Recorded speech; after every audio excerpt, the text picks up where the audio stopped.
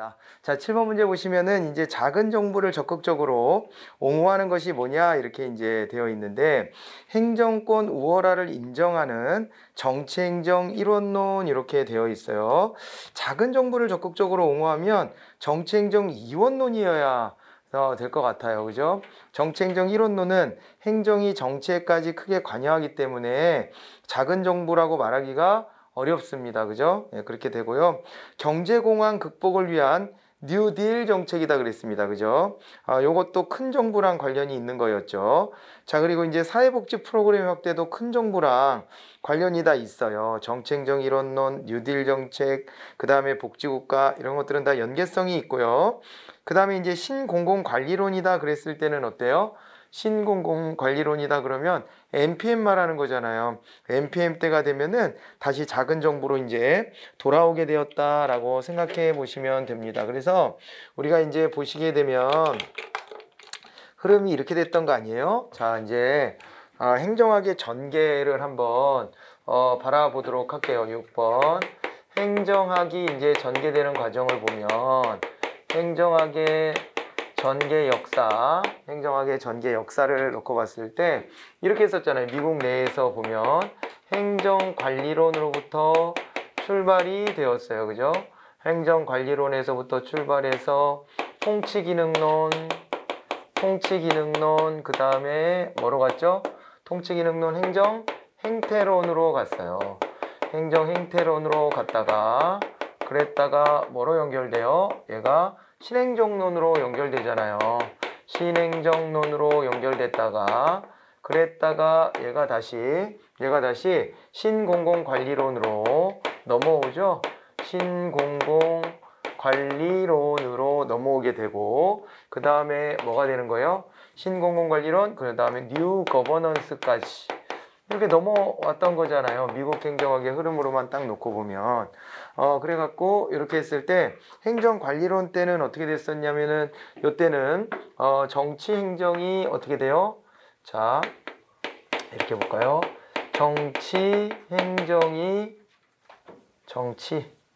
정치와 행정이 관계가 딱 보면 여기가 이원론이었고요. 요때가 일원론이었고 다시 이때가 어떻게 돼요? 행정행태론이다 그랬을 때 요때가 다시 새 이원론이 됐죠. 새 이원론. 그리고 여기가 새 일원론이 됐단 말이에요. 새 일원론. 이런 식의 흐름이 있었어요. 그리고 여기서는요. 다시 탈정치화라는 말을 써요. 탈정치화. 그 다음에 여기도 다시 이제 재정치화. 다시 정치가 좀 끼어드는 거죠. 재정치화. 그래서 이게 떨어졌다 붙었다 이게 계속 반복이에요.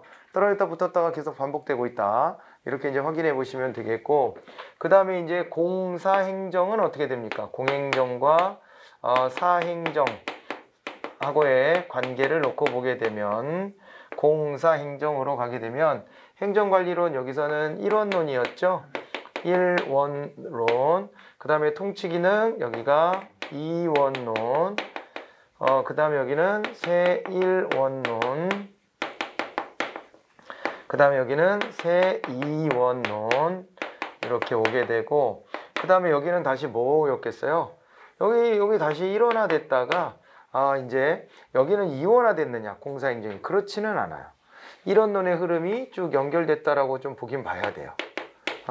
1원론의 성격이 1 and 2 표현이 좀 어려워요. 여기가. 왜냐면은 이 뉴 거버넌스는요 이게 이제 사적 영역이 개입하는 것을 싫어하지 않아요. 여기다가 이제 이론론의 틀을 유지하면서도 플러스 알파 정도 정확하게 말하면 그러니까 이 기계적으로 그냥 대충 말하면 제가 계속 이렇게 하면 되죠. 여긴 이론론, 이론론 그러고 끝나면 되는데 실제로는 그렇지는 않아요. 여기가 다시 이원화됐다는 얘기는 떼어내야 된다는 얘기인데 그렇지는 않고 안 떼어내고 이게 사적 영역, 시장의 영역을 이제 여기다 개입시키는 것을 같이 넣어서 보되 어떻게 되는 거예요? 플러스 알파 대신에 정치적인 영역이 어떻게 되는 거예요? 정치적인 영역이 또 끼어들 수 있기 때문에 그렇기 때문에 꼭 민간에만 또 의존하는 것은 아닌 뭐 이런 정도의 느낌으로 좀 가져오시면 돼요, 이제.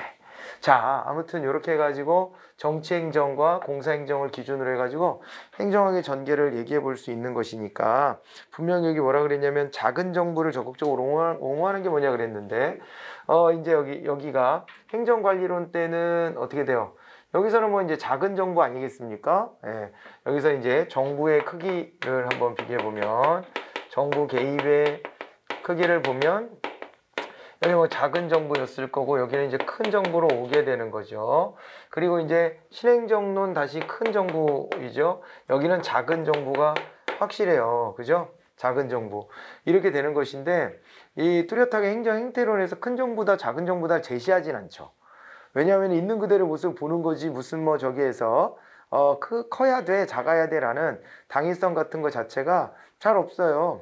잘 없는 것이고, 그 다음에 저 뉴 거버넌스 때에도 정부의 나름의 역할이 있는 것이지, 뭐 정부가 커야 돼, 작아야 돼 논의에서 조금 벗어나요. 그러니까 여기 작은 거보다는 좀 개입을 하지.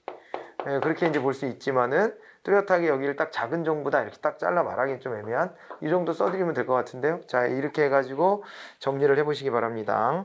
자, 그래갖고 답은 4번으로 이렇게 보시면 되겠어요. NPM 시대 때, 그때가 작은 정부는 아주 적극적으로 이제 다시 옹호가 됐다 이렇게 보시면 됩니다. 8번으로 가볼까요? 공기업 민영화에 대한 설명으로 옳지 않은 것은 그랬습니다. 앞전 시간 마지막에 민영화라고 하는 것을 이제 정부 실패를 극복하기 위한 하나의 대안이다 이렇게 얘기를 했었는데, 우리가 민영화다 그러면은 이제 어떻게 공부를 했었냐면은 8번이야? 작은 정부까지 봤지? 8번. 네. 내가 7번이었군요.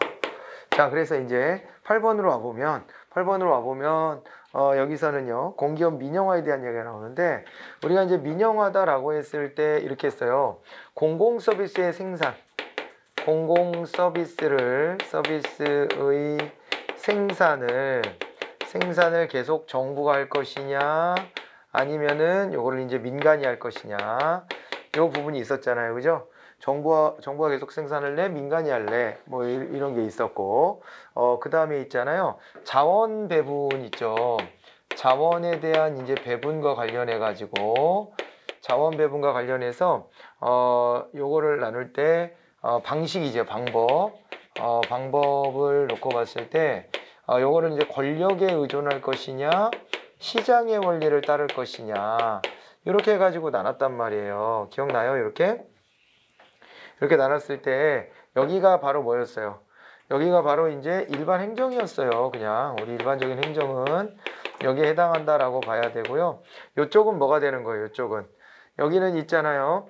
민간 위탁이 되는 거죠. 정부가 권력을 쥐고 있어요. 쥐고 있으면서 그러면서 어떻게 되는 거예요? 쥐고 있으면서 그러면서 민간한테 이제 생산을 맡기는 것이어서 이게 이제 민간 위탁이 되는 거죠. 민간 위탁. 이게 되는 것이고, 자원 배분 방법상 이제 여기 시장의 원리를 따라요.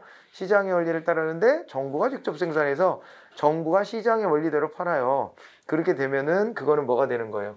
요거를 갖다가 책임 경영이라고 우리가 설명했었는데 기억납니까? 책임 경영이 있었고요. 그 다음에 이쪽은 뭐가 돼요? 공공서비스 생산을 민간이 했어요. 그리고 자원 배분의 방법은 이제 시장에다 맡겨서 하는 거예요. 그렇게 되면 이게 이제 완벽한 외부의 민영화가 되는 것입니다. 민영화가 여기 튀어나오는데, 요거를 또 나눌 때 우리가 요거는 이제 완벽한 민영화다. 그래서 외부로 권력을 다 넘겨버렸다. 외부 민영화다. 이렇게 얘기할 수가 있고요. 그 다음에 이제 여기는 어떻게 되냐면, 여기는 내부 민영화라는 표현을 써요. 여기 두 개는 내부 민영화 이런 표현을 쓰는데, 내부 민영화라는 건 뭐냐면 민영화가 완전하진 않아요. 민영화가 온전하진 않은데, 그런데 어떻게 돼요? 민간의 힘, 시장의 힘 이런 거를 빌려서 하기 때문에 여기도 이제 민영화라는 개념의 큰 틀 안에는 묶을 수 있는 게 아니겠는가, 뭐 이렇게 보는 것이죠. 맞습니까? 자, 그래가지고 민영화다 그랬을 때 이렇게 넓게 보면 일반 행정을 제외한 나머지는 민간의 힘을 빌리기 때문에 큰 틀에서 민영화고, 근데 제대로 민영화 얘기할 때는 외부 민영화를 말하는 것이다 이렇게 보시면 되고요. 이 외부 민영화 관련해 가지고 우리 뭐 민간 자본 유치하는 거 보면은 또 그런 것도 있었잖아요. 우리 이제 지어서 해서 아웃 시키고 오퍼레이트 하게 하는 거, 이런 것도 있었죠. 이런 것도 있었잖아요. 그러니까 정부 쪽 사이드에 있던 것을 민간 자본을 들여서 짓게 하고, 그러니까 니네 먹어라 이렇게 해서 아웃 시키고, 그 다음에 오퍼레이트 한다 이렇게 이제 보시면 되는 거죠. 그죠? 오퍼레이트, 니네가 운영해가지고 뭐 돈 벌어라 이렇게 하는 것을 BOO라고 이야기하는 것입니다. 알겠죠? 네. 자, 그렇게 해가지고요. 그렇게 해가지고 이제 보시면 되겠고.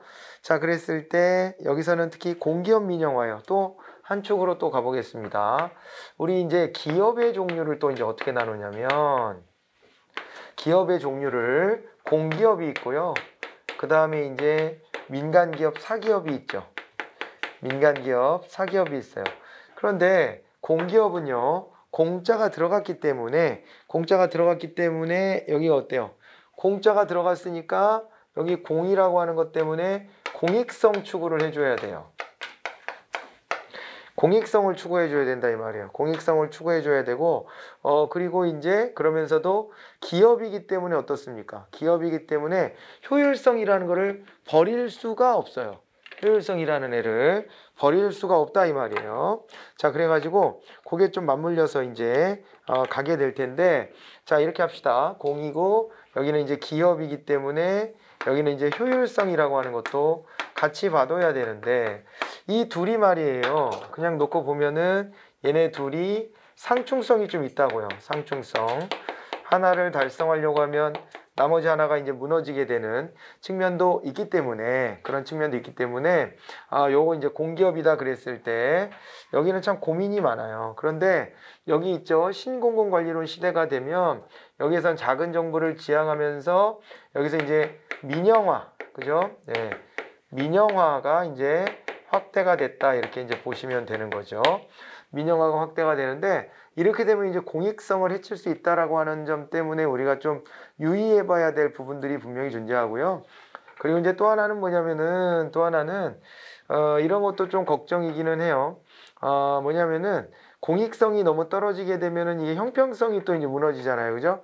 그런 문제도 있지만, 또 한편으로는 여기서 뭐가 있냐면, 민영화 확대되면 다시 한번요, 공익성이나 형평성이 저해되는 문제가 있어요. 형평성은 떨어지고 대신에 이제 능률성이다 내지는 효율성이다라고 하면 이런 건 올라가겠죠. 이런 건 올라가게 될 텐데, 그런데 이제 민영화를 확대하게 되면 또 어떤 문제가 있냐면은 여기서 이제 크림 스키밍 현상이라는 게 벌어져요. 크림 스키밍 현상이라고 하는 게 벌어집니다. 크림 스키밍이라는 현상이 벌어지게 되는데, 크림 스키밍이다 라고 하면 이거는 있잖아요. 아이스크림을요, 달콤한 부분만 샤라락 빨아먹고 나머지 버렸다 뭐 이런 겁니다. 매우 무더운 날 목에 갈증이 나는데, 그런데 이제 빵빠레를 사 먹으면 빵빠레 위에는 시원하고 좋았는데 밑에 과자를 먹을 때 망설이게 될 수도 있는 거 아니에요. 야, 이거까지 먹을까? 야, 이거 참을까? 어떻게 할까? 야, 이거 텁텁한데? 이렇게 생각할 수 있기 때문에 그럴 때 이제 아이스크림만 먹었다 나머지는 버렸다 그러면 크림 스키밍 현상이라고 하는 거예요. 그죠? 크림 스키밍 현상. 이제 이런 게 벌어진다. 즉 결국에 돈 되는 공기업은 사가려고 하는데, 민영화 사가려고 하는데 좀 이게 적자가 나고 그러면 안 사갑니다. 어차피 안 사가요. 그러면 우린 딜레마에 빠지죠. 아니 흑자가 나는 걸 뭐 달라고 팝니까? 뭐 달라고 팔아요. 흑자가 나는 것을. 그죠? 흑자가 나는 걸 뭐 달라고 파냐고. 그런데 적자가 나는 건 팔으려고 그래도 안 사가. 그럼 뭐야 이게. 민영화, 그래서 사실은 재미를 본 개념은 아니에요. 별로 재미를 본 개념은 못 되고, 그 다음에 또 하나 이제 민영화 했을 때 뭐가 있냐면요, 요런 게 있어요. 우리가 이제 주인 대리인 이론에서 보면, 주인 대리인 이론에서 이제 쭉 보면은 우리가 이제 대리를 시켰잖아요. 대리를 시켰는데 공기업을 만든 것은요, 복대리라고 그래요. 복대리. 사실은 공기업을 만든 건 복대리예요. 자, 봐봐요. 우리는 정부의 권한을 위임해 줬어요. 그런데 그 정부가 또다시 자기의 권한을 위임해 버렸어. 어디다가 위임했나요? 어디다가 위임했어요? 가만 보니까 위임을 한 데가 바로 이제 다름이 아니라 위임을 한 데가 공기업 같은데, 예, 그죠? 공기업 같은데 이런 데다 위임을 해버린 거 아니에요. 맞아요, 안 그래요? 공기업 같은 데다 위임한 거예요. 공공기관 같은 데는 우리가 직접 어떤 권위를 부여해 준 바가 없어요. 그런데 정부가 자기네 할 일을 공기업한테 좀 이렇게 공기업 같은 공공기관한테 또다시 대리를 시킨 거예요. 그래서 이게 복대리가 되는데 그런 데 있잖아요. 만약에 이걸 민영화하잖아요. 그러면 역대리인 이론이라 그래요. 역대리인 이론이 나타난다. 역대리인은 뭐냐? 아까 말했던 이런 거예요. 공익성이나 형평성 같은 건 전혀 신경 쓰지 않는다. 이렇게 되는 겁니다. 그런 문제들이 나타난다. 민영화 관련해서 이렇게까지 보시면 좋겠어요. 자, 그럼 1번 문제 한번 볼까요? 공공기관 경영평가에서 3년 연속 최하위 등급을 받은 공기업은 공공기관 운영에 관한 법률상 민영화해야 한다 그랬는데 이게요. 경영평가잖아요. 그죠? 경영평가인데 효율성을 기준으로 하는 경영평가에서 최하위 등급을 받았다고 그냥 팔아버릴 것 같으면은 공기업의 그 공짜가 무색해지는 일이에요. 그러니까 뭐 이를테면은 이게 이제 형평성에 조금 더 신경을 쓰다 보면은 경영평가는 별로 좋지 않게 나타날 수도 있는데 그랬다 그래서 그걸 홀딱 다 그냥 민영화해 버려야 되는 것이냐. 이것은 좀 다른 각도에서 좀 접근해 볼 필요가 있는 게 아니겠는가. 그렇게 이제 우리가 생각을 해봐야 합니다. 그래서 공공기관 경영평가에서 3년 연속 최하 등급을 받았다고 무조건 민영화해야 되는 것은 아니다. 무조건 민영화해야 되는 것은 아니다. 이렇게 봐두시면 되겠습니다. 알겠죠? 네, 민영화라고 하는 게 무조건적으로 이렇게 돼야 될 건 없고 공기업은 공공의 이익이라고 하는 것도 함께 봐야 된다. 이렇게 생각하세요. 뜬금없이 이게 나와가지고 문제를 처음 봤을 때는 당황스러웠죠. 왜냐하면 이런 얘기를 언급조차도 안 하고 있었던 거예요. 그러니까 왜냐면 이런 기준이 없으니까. 없으니까 언급도 안 했던 건데 갑자기 저 그럴싸하게 이렇게 만들어갖고 문제에서 탁 내버리면은 그러면은 뭐지? 뭐지? 수업 시간에 내가 놓쳤나? 아니면은 저 인간이 안 가르쳤나? 뭐 이렇게 해가지고 상당한 내적 갈등이 이제 오게 되는데 막판에 여러분들이 시험 보러 갔을 때에는요 자기 자신을 좀 믿어야 돼요. 야, 내가 공부했던 거에서 없었어. 근데 뭐 살짝 의심은 하긴 해야지. 왜냐면 행정학은 안 배운 거에서도 막 내고 그러긴 하니까. 그러기는 한데, 이런 정도면 공기업 관련된 거 민영하면서 이런 중요한 기준이 있었다면 이거를 공부를 안 했을 리가 사실은 없잖아요. 그런 거를 생각해가지고 센스 있게 좀 접근하셔야 됩니다. 뭐 어쩔 수 없어요. 그런데 중요한 거는 나 자신을 믿자. 내가 공부한 것에서 범위에서 열심히 문제 풀면 된다. 라고 생각해야지 이렇게 그럴싸하게 우리를 낚으려고 만들어 놓은 미끼를 덥석덥석 물어버리면 안 되는 거예요. 예. 자, 2번 공공영역을 일정 부분 축소하는 것이 민영화가 맞고요. 공기업은 민영화하면 국민에 대한 보편적 서비스의 제공이 약화될 수 있죠. 보편적 서비스라는 말이 뭐예요? 보편적 서비스는 누구나 다 누릴 수 있는 서비스, 이런 게 보편적 서비스예요. 특별한 서비스가 아니라 보편적 서비스. 민간 기업은요, 자기네들이 상품을 팔면서 우리 상품을 사서 이용하면 특별한 서비스를 받는 거예요 라고 말하려고 해요. 자꾸만 특별한 서비스를 제공받는 거예요 라고 말하고 싶어 한다고요. 왜 그래요? 왜 그렇게 말하고 싶어 해요? 왜 특별한 서비스를 받는 거라고 말하고 싶어 해요? 네, 그 이유는 자기네들 것이 그만큼 독창적이다, 독특하다. 이거를 소비하는 사람들은 더 나은 사람들이다. 뭐 이런 거를 강조해야 상품의 경쟁력이 생기거든요. 그런데 공공서비스는 그렇지 않아요. 공공서비스는 누구나 소외받지 않고 이거를 이용할 수 있도록 해주는 게 중요하다라고 보는 거거든요. 그렇게 보는 것이기 때문에 그렇기 때문에 여기 이제 보편적 서비스란 말을 쓰는 거예요. 그래서 공기업은 민영화하면 국민에 대한 보편적 서비스 제공이 약화될 수 있고요. 공기업 매각 방식의 민영화를 통해 공공재정의 확충이 가능하다 그랬는데 어때요? 공기업을 매각하는 방식의 민영화를 한다 그랬어요. 공공재정 확충이 가능한 건 맞죠. 왜냐하면 팔았으니까 대금이 들어올 거 아니에요. 그렇죠? 그 재정이 좀 충당이 되겠죠. 이제 그런 면을 봐서 1번만 틀린 것으로 이렇게 체크를 하시면 됩니다. 자, 9번으로 넘어가 보겠습니다. 민간 투자 사업자가 사회 기반 시설 준공과 동시에 해당 시설 소유권을 정부로 이전하는 대신 시설 관리 운영권을 획득하고 정부는 해당 시설을 임차 사용하여 약정 기간 임대료를 민간에게 지급한다. 이렇게 나왔는데 이거는 이제 뭐가 되냐면은 이거 아니겠습니까? 우리가 이제 여기 이제 민자 유치라고 하는 거예요. 민간 자본을 이제 유치한다는 거죠. 민간 자본을 유치한다 이 말이에요. 민간 자본을 유치한다. 그래서 이제 민자 유치를 하는데 이 민자 유치에서 봤을 때 일단은 뭐가 있냐면은요. B55 방식이 있다고 방금 전에 얘기했잖아요. 이런 방식도 있어요. 근데 이건 민영화입니다, 사실상.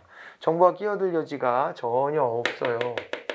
이건 완전 민영화라고 보고, 나머지는 이제 뭐가 있냐면요. 이게 수익형 민자 사업이 있고요. 수익형 민자 사업이 있고, 그 다음에 또 있잖아요. 임대형 민자 사업이 있어요. 임대형 민자 사업이 있다, 이렇게 보실 수 있습니다. 수익형 민자 사업과 임대형 민자 사업으로 이렇게 이제 나눠서 보실 수가 있을 텐데, 수익형 민자 사업이다 그랬을 때 여기서는 있잖아요. 짓고 그 다음에 수익이니까 오퍼레이트 권한을 주는 거예요. 그런데 여기 보면 여기 짓고 트랜스퍼가 나오죠.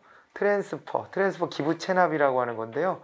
기부 체납이라고 하는 것은 민간 자본으로 줬지만 민간 자본으로 진 걸 갖다가 정부에다 바치는 거예요.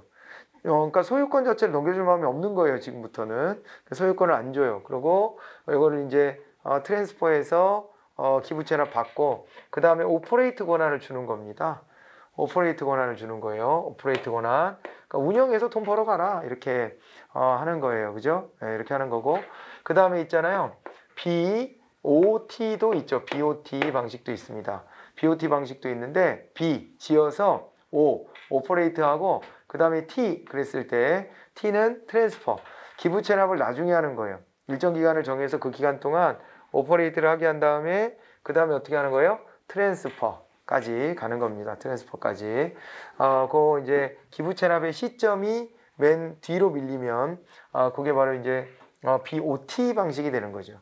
순서만 바뀐 겁니다. 그리고 임대형 민자 사업은 이거는 뭐 이제 독자적으로 민간에서 시장에다가 수혜자들한테 돈을 받고 팔 수 있는 공공 서비스의 성격이 아닌 것들이라고 볼 수가 있어요. 예, 그래서 그런 부분과 관련해서 임대형 민자 사업은 짓고 그 다음에 트랜스퍼 한 다음에 리스료를 받아가라. 일정 기간 이제 임대료를 받아가라라고 하는 방식이 있을 수 있어요.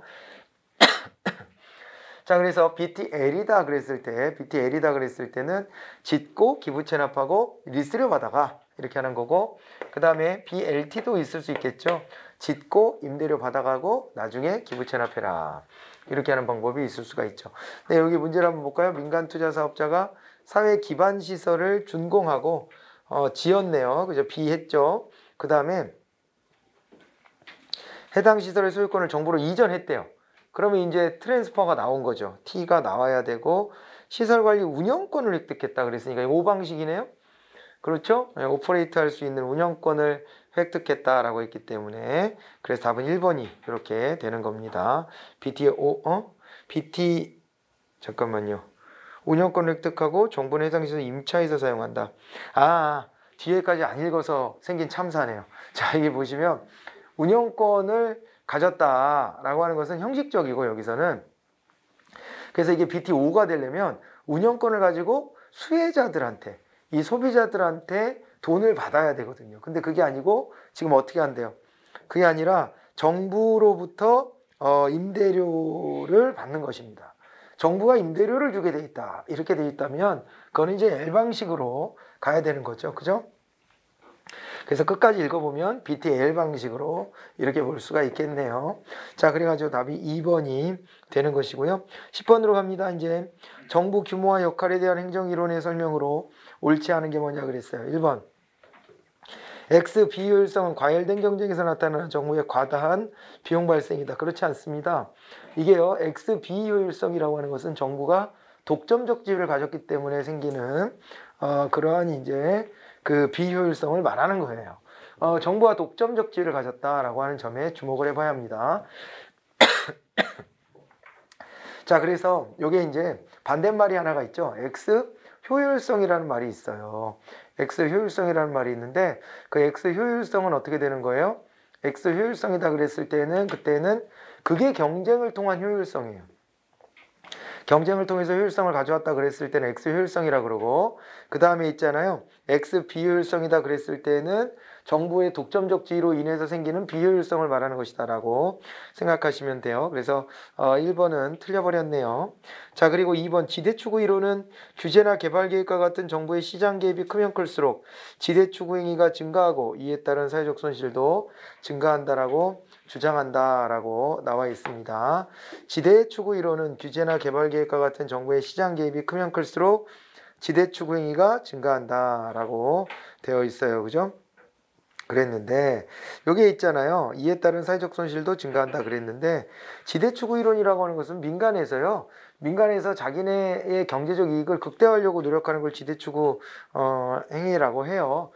그러다 보니까는요. 자꾸 정부 쪽을 포획해 가지고 자신들이 원하는 것들을 자꾸 관철해내려고 노력한단 말이에요. 알겠죠?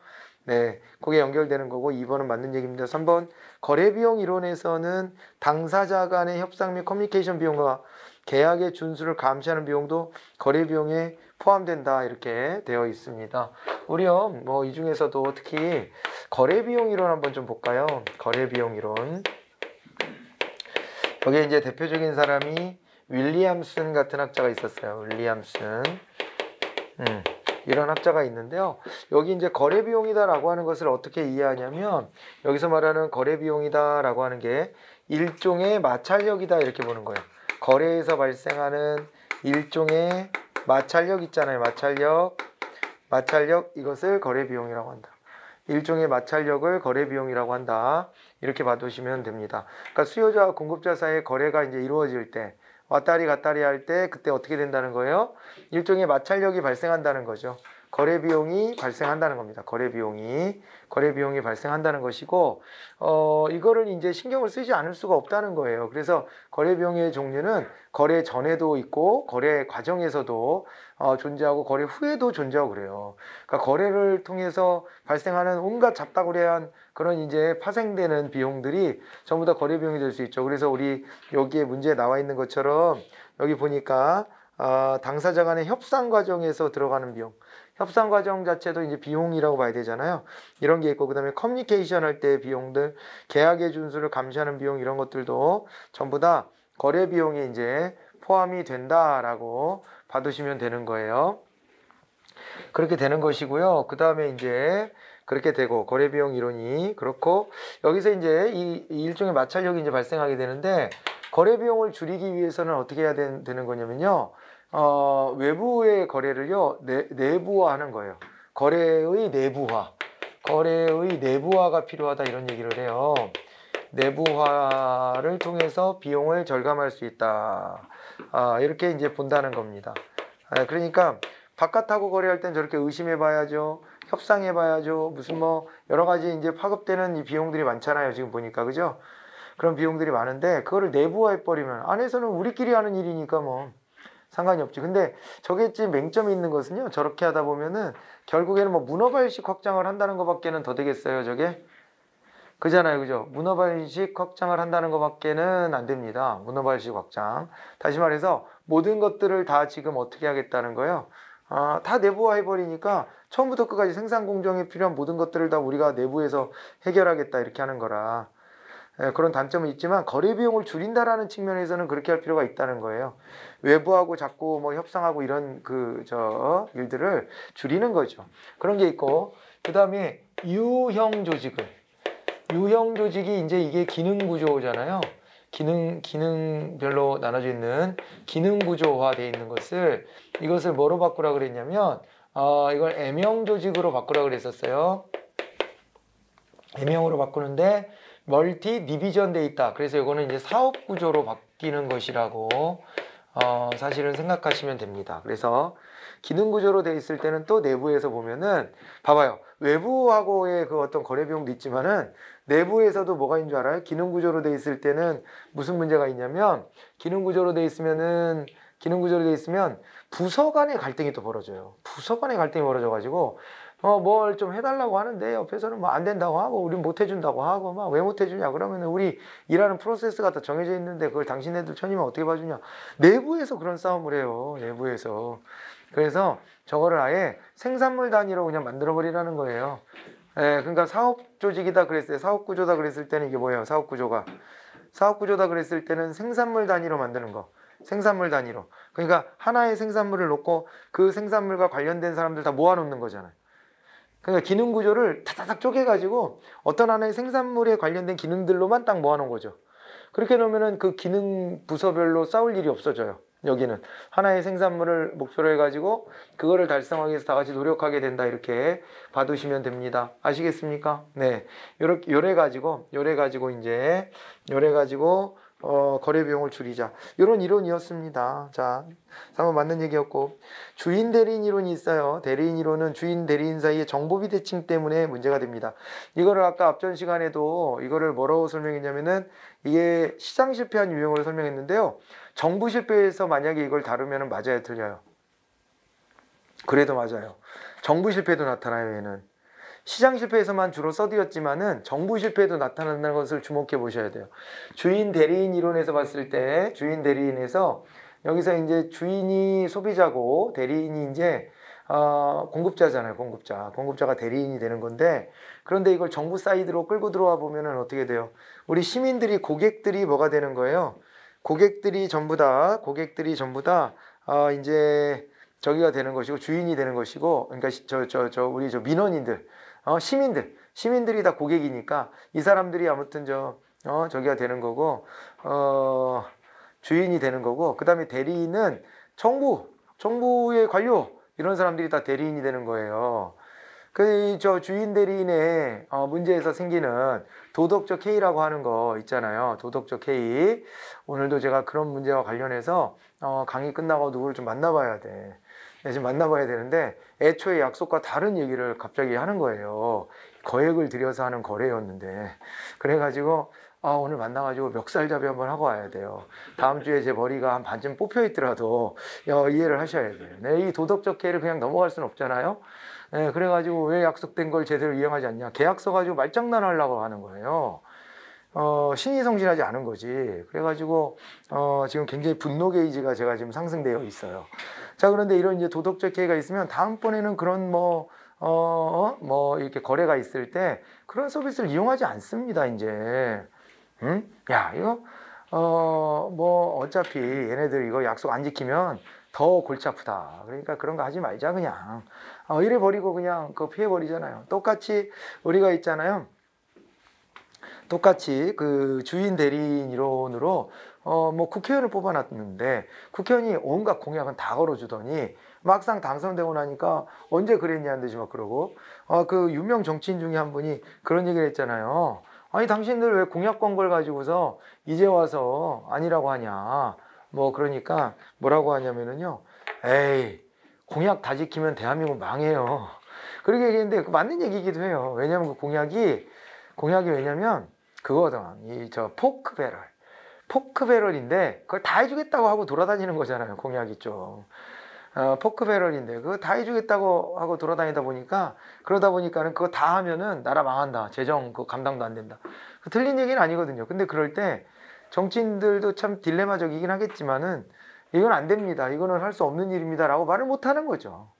말을 못 하는 거고, 그리고 그걸 다 믿지도 않으면서 그 후보자들이 제가 해드릴게요. 그러면 그래도 얘는 해준다 그랬으니까 얘를 찍어줄까? 이렇게 또 뽑기도 하는 거죠. 네, 그러기도 하는 건데, 어쨌거나 저쨌거나 이런 것들 때문에 이제 도덕적 해이, 공약을 지키지 않는 도덕적 해이가 벌어지게 되고, 이런 도덕적 해이가 벌어졌을 때 어떻게 되는 거예요? 도덕적 해이가 벌어졌을 때 역선택을 우리가 하는 거죠. 다음번에는 안 뽑아. 근데 그 사람만 안 뽑고 마는 게 아니라 아예 선거에 안 가. 이렇게 되는 게 역선택이라고 보시면 되는 거죠. 자, 이제 그래서 정보 비대칭성이 있고 대리인이 기회주의적으로 행동하는 경우에 역선택 문제가 발생할 수 있다고 주장한다. 그래서 답은 이제 1번으로 이렇게 확인하시면 되겠습니다. 자, 11번으로 가볼까요? 덧니비의 관청 형성 모형에 대한 설명으로 가장 옳은 게 뭐냐, 이렇게 나와 있습니다. 이 관청 형성 모형이라고 하는 것을 우리가 좀 주목을 해봐야 되는데, 관청 형성 모형 볼까요? 여기 있구나.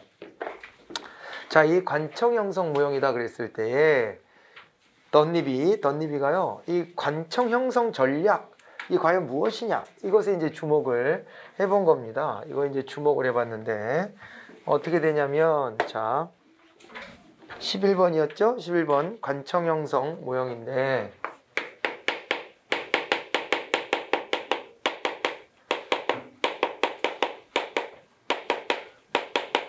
이거를 놓고 보시면은 관청행성 모형에서 보셨을 때 이게 일단 있잖아요. 뭘 비판했냐면 관청행성 모형이요. 니스카넨 있죠. 니스카넨의 관료 예산 극대화가 있잖아요.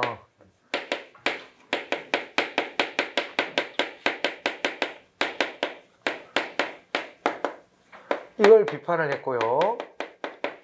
관료 예산 극대화 이론을 비판을 하나를 해요.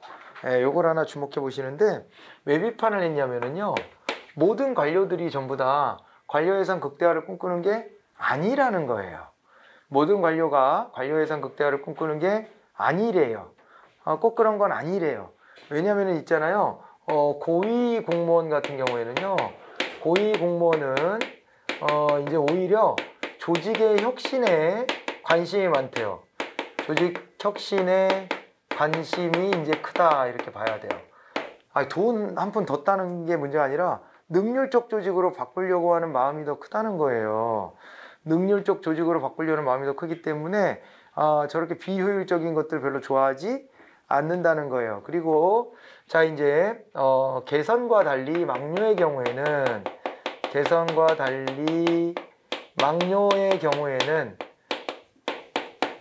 막료는 어떻다는 겁니까? 개선과 달리 막료 같은 경우에는 여기에는 예산 극대화에 관심이 별로 없어요. 예산 극대화를 하려고 하지 않아요. 그런데 더 재밌는 건 뭐냐면요. 개선과 막료가 있을 때 당신 개선으로 갈래? 막료로 갈래? 그럼 뭘 더 좋아해요? 막료를 더 선호해요. 막료를 더 선호한다. 왜냐면 자기의 이상을 펼쳐볼 수도 있고 뭔가 또 이렇게 그죠? 큰 그림을 그려볼 수 있다는 장점도 있잖아요. 그렇잖아요. 전체 이 조직의 판을 한번 흔들어 볼 수 있는 기회도 얻어지는 거고 큰 권력이에요. 저것이 일종의 그렇게 되기도 하고요. 그 다음에 또 개선으로 가면은요. 누구 만나야 돼요? 진상님들 만나야 돼요. 개선 가면. 그리고 아까 얘기했던 거 포크배럴 자기네 동네 뭐 해줘라. 그 요구가요. 되게 거세다고요. 거세. 그리고 어떤 경우에는 그 요구를 할 만한 상황이긴 한데 요구의 내용이 너무 이게 얼터 없어. 그래가지고 너무 과도한 요구를 해. 근데 그런 걸 다 상대해야 되거든요. 대응하고 상대해야 되고. 그 요즘에 공무원이 함부로 같이 소리 지르고 뭐라고 하면은 큰일 나. 이게 큰일 나. 여러분들이 그렇게 뭐 지방직 공무원이다 예를 들어. 그런데 가지고 민원이라고 같이 막 맞서 싸웠다. 그러면은 우리 시장님은 다음번에 낙선하는 겁니다. 그죠? 내 인생에 관련된 문제만이 아니라 우리 시장님의 목줄이 날아갈 수도 있어 이게. 그게 쉽지가 않은 일이에요. 그래갖고 너무 스트레스거든. 그러니까 차라리 개선보다 막료로 하는 게 낫다. 이렇게 하는 경우들이 많다는 거예요. 그리고 뭐 이제 이런 데 있잖아요. 감사, 감찰 뭐 이런 거 하는데 조직 있잖아요. 조직은 뭐 예산 극대화가 불필요한 거예요. 예산 극대화가 필요하지가 않아요. 뭐 하려고 예산 많이 따서 뭐해? 그런 거 자체가 불필요해요. 그래서 전체적으로 다 예산을 극대화할 거다라고 저렇게 일률적으로 주장한 것은 저거는 말이 안 되는 얘기다 이 말이에요. 그것이 이제 하나 비판의 요지고요. 또 하나는 있잖아요. 우리 시험에 나올 만한 걸 제가 찝어드리는 거예요. 이 내용이 되게 많지만. 근데 또 이제 뭐가 있냐면은요. 우리 책임운영기관 있지 않습니까? 책임운영기관에 대한 비판도 해요. 책임운영기관은 정부 팽창을 사실은 하고 있는데 정부가 팽창하고 있는데 정부 팽창의 은닉수단에 불과하다. 이런 얘기를 하는 거예요. 그러니까 이게 이랬잖아요. 영국에서는요. 1988년 넥스트 스텝스 대처의 뭐 임기 막바지쯤 돼요. 그게. 대처가 한 10년 통치했다 보시면 되거든요. 그런데 이제 대처가 영국의 대처리즘이죠. 대처가 어떻게 했냐면은 이제 이거예요.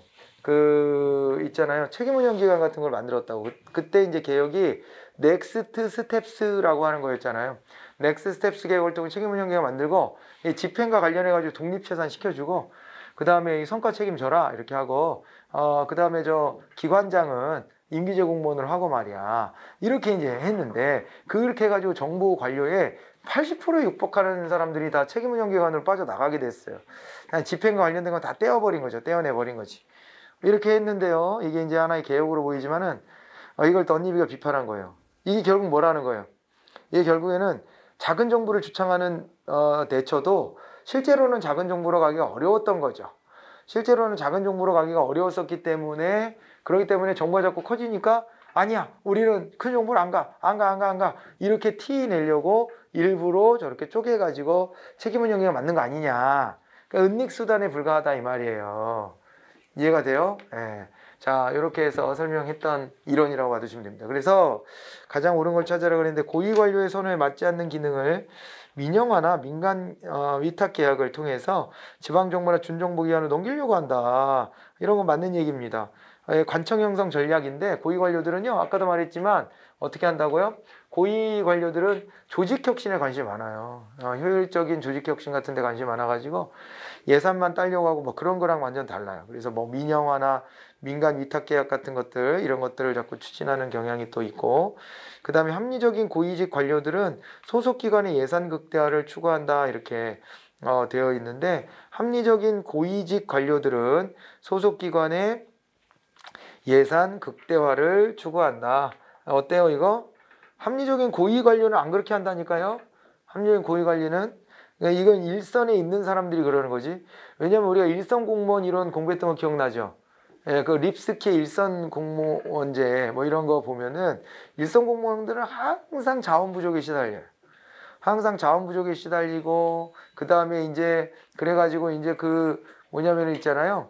재정이 딸리다 보니까 돈을 한 푼이라도 더 좀 이렇게 확보하고 싶어하는 이런 경향들이 많거든요.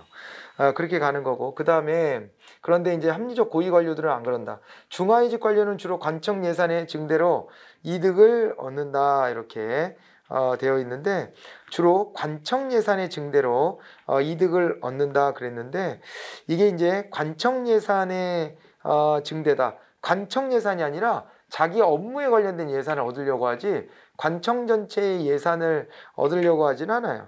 예, 그래서 관청 예산의 증대로 이득을 얻는다는 건 틀려요. 그러니까 중하위직이다 그랬을 때는 실무 공무원들이니까 자기가 전개하는 사업에 대해서 예산을 많이 확보하려고 하지 관청 예산을 확보하려고 하지는 않는다는 거예요. 그리고 관료들이 정책 결정을 할 때 사적 이익보다는 공적 이익을 우선시한다 그랬는데 그런 전제를 깔고 있지는 않아요. 덧니비가 이제 깔고 있는 전제 조건 자체는 모두가 다 합리적 경제인으로서 자기 이익을 극대화한다는 거예요. 관료들도 마찬가지다 이렇게 이제 보는 것이기 때문에 답은 1번으로 이렇게 확인하시면 되겠습니다. 그리고 12번으로 한번 가볼까요? 미국에서 등장한 행정 이론인 신행정학에 대한 설명으로 옳지 않은 게 뭐냐 그랬어요. 신행정학에 대한 설명으로 옳지 않은 것. 자, 신행정학은 행정 행태론이 비판하면서 등장을 했고요. 자, 그래가지고 신행정학은 미국의 사회 문제 해결을 촉구했죠.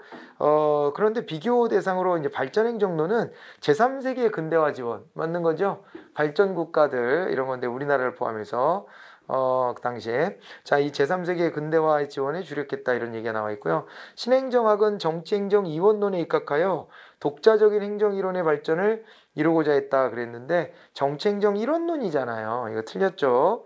정치행정 이론론 아까 정치행정 새 이론론이다 그렇게 얘기를 했었어요. 자, 그랬고 신행정학은 가치에 대한 새로운 인식을 기초로 규범적이며 처방적인 연구를 강조하였다 그랬습니다. 처방성, 대응성, 적실성, 실천성 이런 얘기들이 나오는 거죠. 이 계기는 이제 왈도가 1960년대 이제 미국 사회 위기를 극복해야 된다라고 주장하는 과정에서 이제 시라큐스 대학, 뉴욕에 있는 시라큐스 대학에서 그 미노부르케이를 개최하면서 시작됐다 이렇게 봐두시면 됩니다. 답은 그래가지고 몇 번? 2번이다. 자, 우리 이제 관련해가지고 근데 이게 이 교재가 최신 기출 중심으로 보여져 있는 거거든요. 근데 최신 기출 3에서 5개년이에요. 3개년은 다 들어갔고 그 다음에 그 전에 이제 5개년 그래가지고 이제 앞에 한 2개년치는 필요한 문제들 갖다 집어넣는 건데 여러분 있잖아요. 예. 그런데 그 사이에 놀랍게도 저 행정 행태론이 시험에 안 나왔어. 놀랍죠? 그럴 리가 없는데? 그죠? 그럴 리가 없는데? 예, 그래갖고 문제가 빠져 있어요. 그래서 잠깐 쉬었다가 행정행태론하고 그 다음에 신행정론 비교는 좀 철저히 다시 복습을 하고 지나가야 되는 게 맞는 것 같아요. 그죠? 예, 그렇게 복습을 하고 지나가도록 하겠습니다. 쉬었다 다시 뵐게요.